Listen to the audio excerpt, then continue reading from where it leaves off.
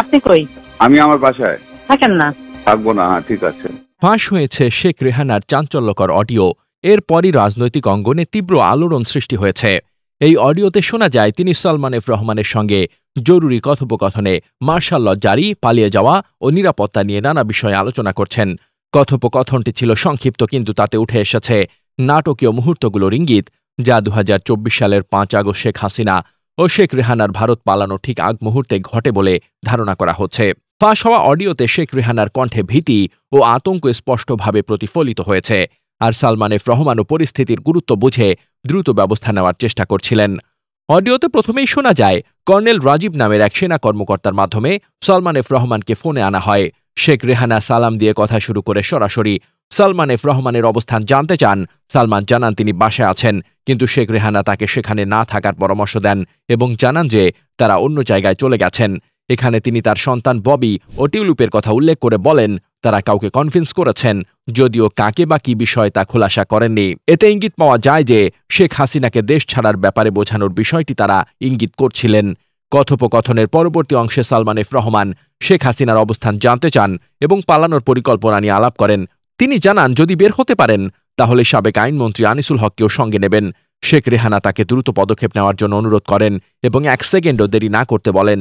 তিনি বারবার উল্লেখ করেন যে গুলশানে শেখ হেলালের ভাই শেখ জুয়েলের স্ত্রী শম্পার বাসায় অজ্ঞাত লোকজন গিয়েছে, ছবি তুলেছে এবং চারদিকে সাদা জোব্বা ও দাড়িওয়ালাদের উপস্থিতি রয়েছে। এসব পরিস্থিতি থেকে তিনি সালমান এফ রহমানকে যত দ্রুত সম্ভব সরে যেতে তাগিদ দেন। অডিওতে মার্শাল ল জারির প্রসঙ্গ উঠে আসে। সালমান এফ রহমান প্রশ্ন করেন কেন সেনাপ্রধান মার্শাল ল ঘোষণা করছেন না, কিন্তু শেখ রেহানা এসব প্রশ্নের উত্তর না দিয়ে কেবল তাকে দ্রুত চলে যাওয়ার জন্য বারবার বলেন।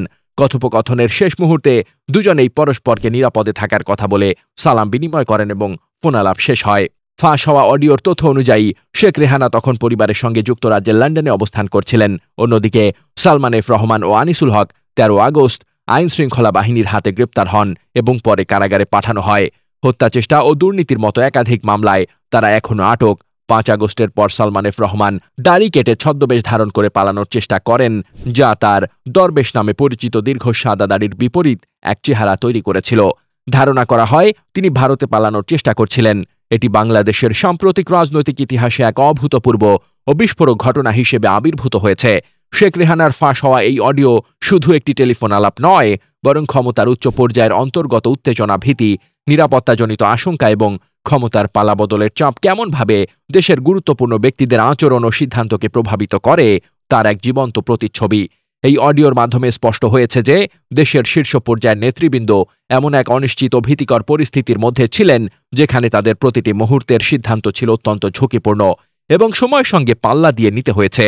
বিশেষ করে শেখ রেহানার আতঙ্কিত কণ্ঠ, তার বারবার সতর্ক করা এবং সালমান এফ রহমানকে দ্রুত স্থান পরিবর্তনের পরামর্শ দেওয়া এই সংকটময় মুহূর্তের গুরুত্বকে আরও তীব্রভাবে প্রকাশ করে।